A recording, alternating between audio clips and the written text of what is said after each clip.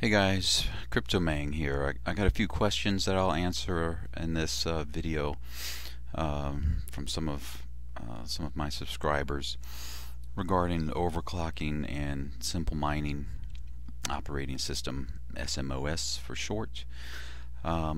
These numbers are tried and true. They've been tested. I can pretty much buy get a new card, put it in, put these numbers on it, and be good to go. I've had friends that have gotten cards. I've given them these numbers, they put them in, and they're good to go as well. It may not work for every card. Some cards can handle overclocking differently than other cards, but this is right at the upper threshold. If you try to go much more, which you're more than welcome to, of course, do what you want, but if you go over these numbers, or what I've found, if you go over these numbers, then you start getting into restarts and crashes and freezes and all that terrible stuff. So without further ado, let's get right into simple mining. Okay, so this is going to be, I'm going to show you the simple mining setup, but if you want to take a look right here, this is the core, and this is the memory settings. Okay, now if you're doing this with Windows or with a different Linux operating system or whatever, you can use whatever numbers you need to put in for your overclocking. Some of them may say plus 100 or plus 500 or whatever, but if you just look at the overclocking settings here for just these numbers, whatever number you got to put in to get to there should be good. So let's say, for instance, right here, this is one of my 1080 Founders Edition rigs. Okay, the 1080s, they have a little more memory in them. I think they have just the regular 1080s have 10 gig of memory, and I think they can basically run at about 10 gigahertz. So you can see here that they are being overclocked. Not a whole lot. They're being overclocked. What ultimately you double this, so you're getting 10,005. So they're being overclocked a little. The core on these guys, or any of them, they're all a little different. So I don't remember offhand what the base clocking is, what the boost clocking is. And really, with Linux here, it doesn't really seem to matter. It's just going to apply a global setting for it, and it's going to put it there. Of course, as the card takes on a load, that meaning as it starts working on solving something, the clock rate will start to go up some. But for simple mining, anyways, you would click this little gear over here, and if you hover over it, as you can see, it says overclocking. Now we go into here, and this is where you can put in your parameters for overclocking. Again, like I said, these are tried and true, but there's not the de facto, this is what you gotta, this is what you have to have. But so I've got a 200 core. These cards will handle a 200 plus on core, 1500 plus on memory, and this is all done at 160 watt power limit. These cards, I believe these cards have a TDP of 180, so I'm running a little bit over 80% on it. If I were to really take out a true 20% off of that, which is just a good measure anyways, I'd be looking somewhere around what would that be, 36, so it'd be 144 or something like that, but I just have it set at 160. Don't ask me why. It seems like it works well. I try not to fool with these. Once I get them set, I spend a lot of time putting up my increments, moving up everything core and memory incrementally, 5 megahertz at a time for core. For memory, I'd go up 25 megahertz at a time,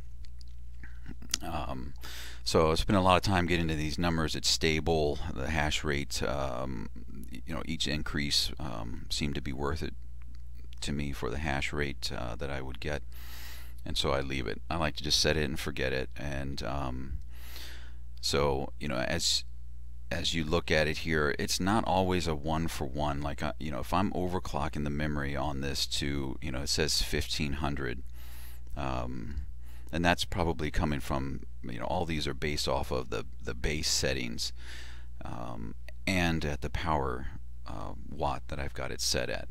So if it's at you know, 160, it's not going to really be getting 1500 megahertz overclock on the memory.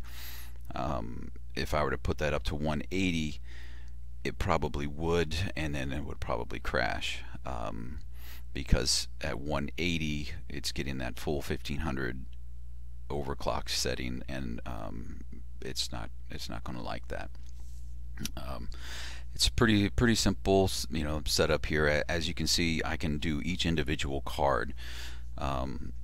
I'll see, I can't remember, there may be other cards, other rigs where I do have them split out individually. This right now, if you just have one setting in here, it's going to be a global setting for every card in that rig. As you can see up here, you can just separate it with a comma, and you can put in any value you want for your overclocking. Whether you can even go negative if you want to put in a negative number. So yeah, as it says up here, you can use values like that. So how I got to it is when you first fire up your rig and you're kicking off simple mining for the first time, everything's zeroed out except for your power limit. It actually says 4. All right, well, nothing's going to really work at 4, but I guess that's just a safe setting, default setting that they have in there. You can go in and you know, make your changes depending on the card that you have. These are 180s. I mean, these are 1080s. So I start them off at 160, and well, typically, I guess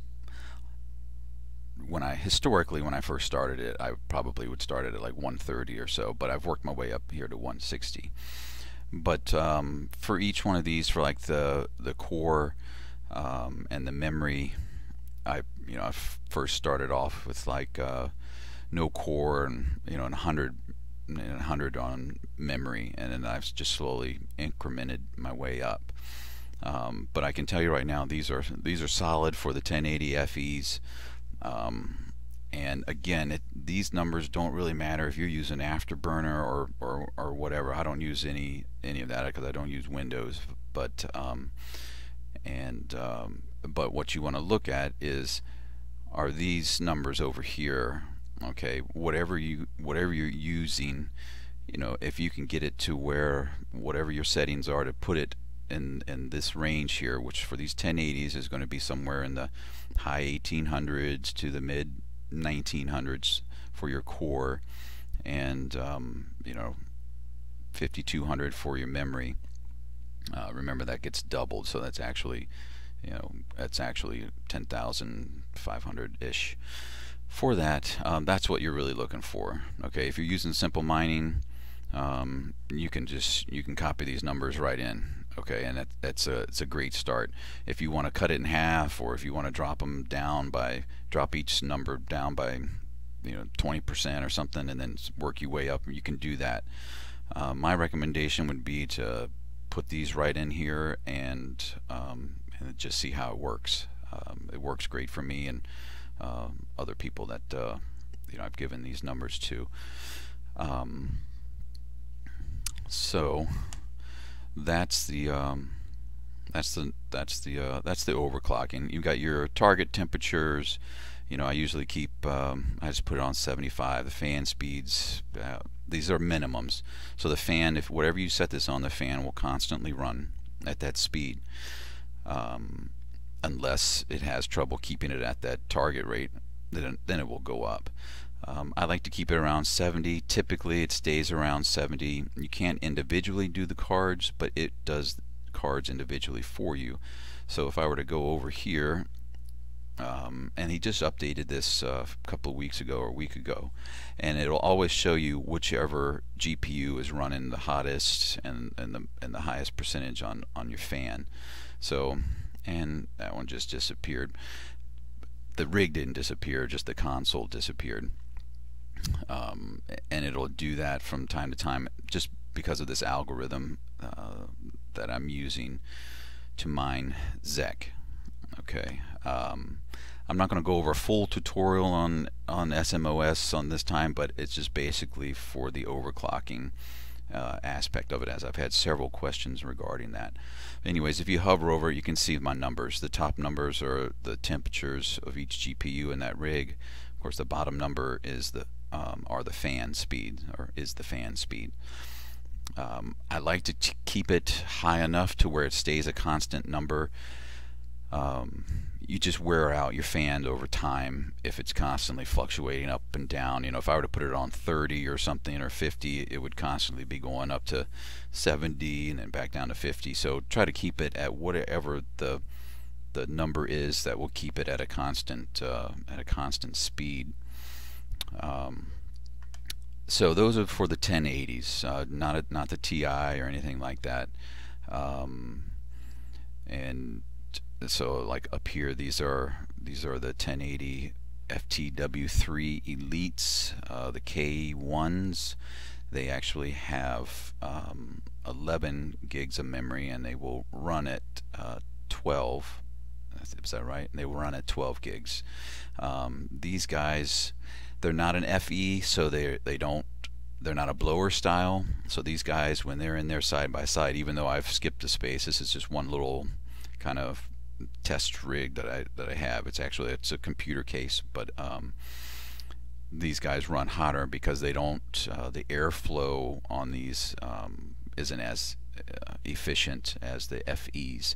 These guys have fans that go out the side, and so one card's blowing into the other card. As you can see here, I've got, you know, one card's 68 degrees, 162. So these cards typically run a little bit hotter, so I keep the fans up a little bit higher on them. I don't like to go over 80% pretty much on just about anything. But you know what? Honestly, these cards have a 3-year warranty on them. If something happens, I doubt I'll have these cards for 3 years anyways, but if something ever happens to the card, well, EVGA is getting them back.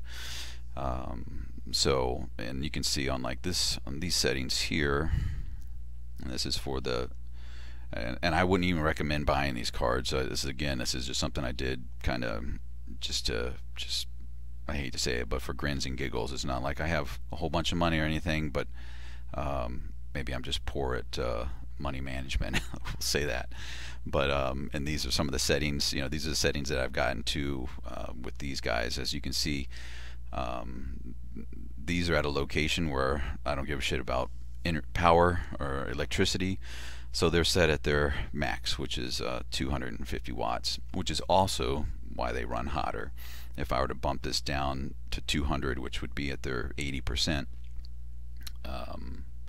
then they would run a lot cooler.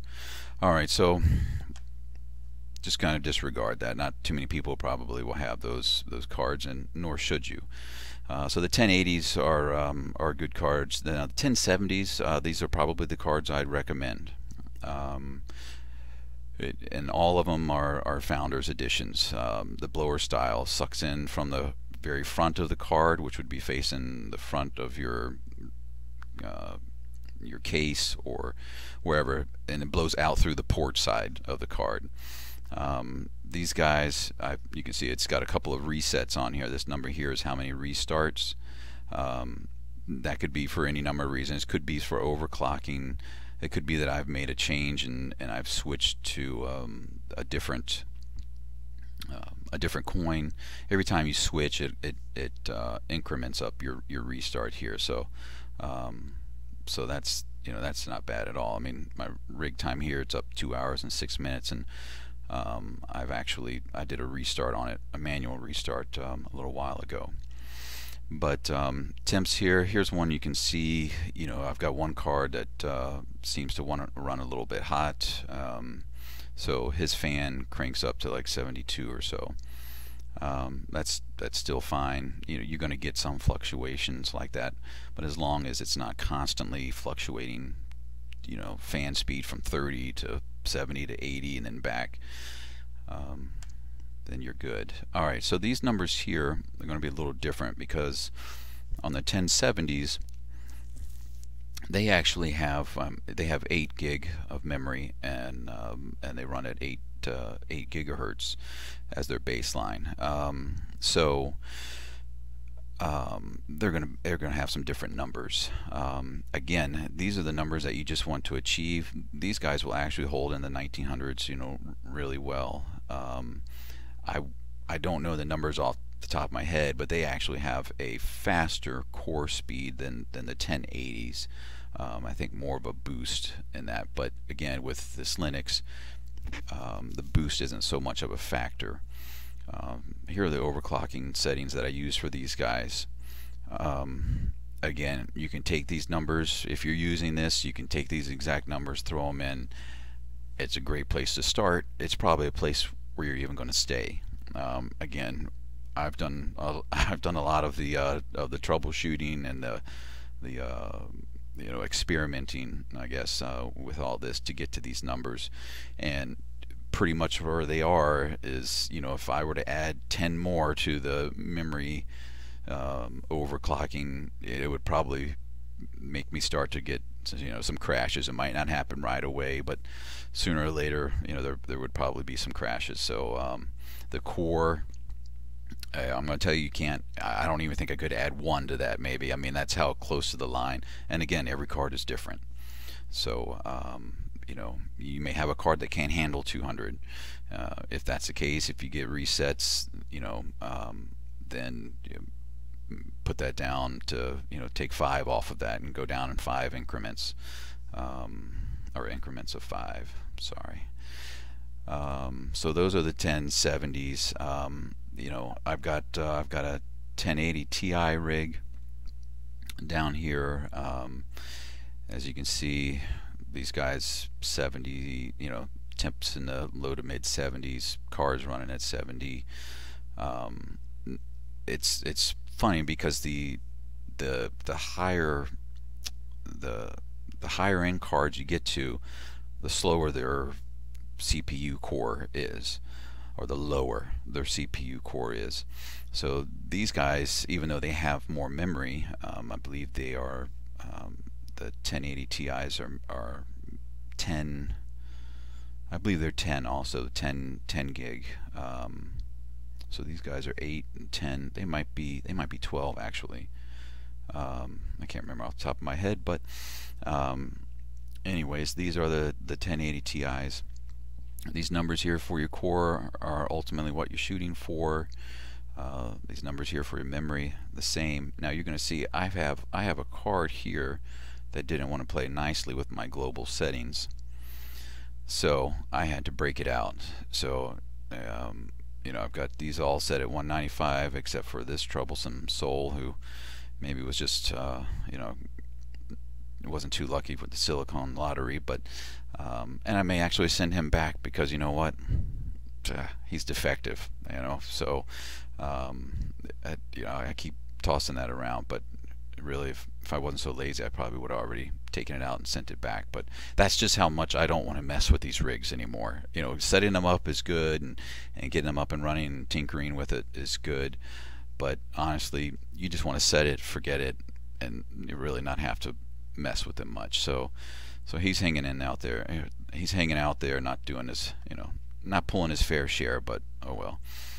These guys too have a power limit of 250, but since I do worry about the electricity where these guys are, then I've got him reduced down to almost 80%. I guess that's maybe 85% or 82, somewhere in there. But yeah, I mean, that's that. Just a little quick, you know, over here you can see a console of what each one of your rigs are doing. It's a remote console, so you know, you don't even really need to log into your machine, you know, at home. I mean, you can do this all remotely. It just kind of tells you what each card, you know, what each card is running at for temperature, how they're performing, things of that nature. It'll also let you know if there's any issues.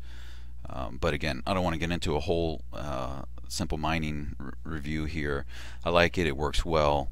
You know, slap those numbers in, you're overclocking, and should be good to go.